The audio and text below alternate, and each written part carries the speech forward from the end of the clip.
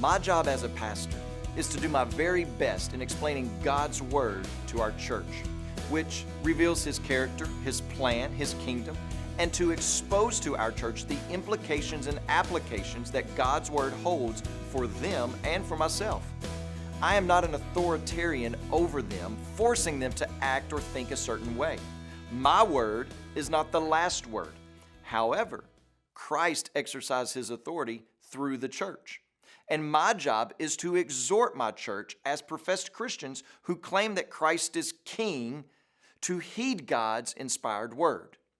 We are to understand that the Bible, not as a book full of antidotes or little McNugget gems of wisdom for your personal and private life in order for you to be happy, but we're to understand the Bible to be the revealing of all that God desires for us to know about Himself, and how God has chosen to execute redemption for a fallen race, and how He brings holiness into the life of those He redeems. His word is the authority. His Son lived perfectly under God's authority, and His Son died and rose again to dispel all doubt about the veracity of God's word. And now God's Spirit convicts us of this authority and convinces us of His authority, and the church is the institution, the organism where we display together the beauty and unity and harmony of marriages and homes and ministries and relationships when they dwell under God's authority. All of this will undoubtedly bring friction into your life.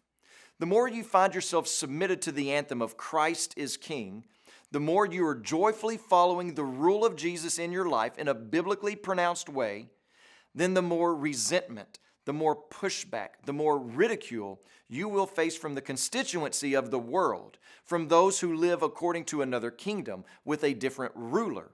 Sometimes that constituency is a talking head on television, and sometimes it is a spouse. But we must be reminded that we are to live our lives before the Lord.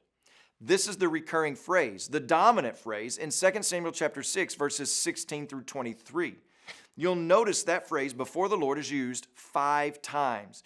And this phrase is used in contrast to Michal's, David's wife, accusation that David danced before the eyes of his servants. We're to be ever mindful that our lives are to be lived before the Lord, or as some say, Coram Deo, which means before the face of God, under the authority of God, in the presence of God.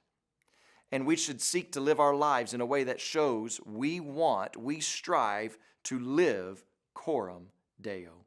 All of life being centered around God is worship. As you pray today, please remember Rama Bakchung and his family, our national changemakers in Myanmar. And also remember the Telugu Life Word broadcast that's heard throughout India.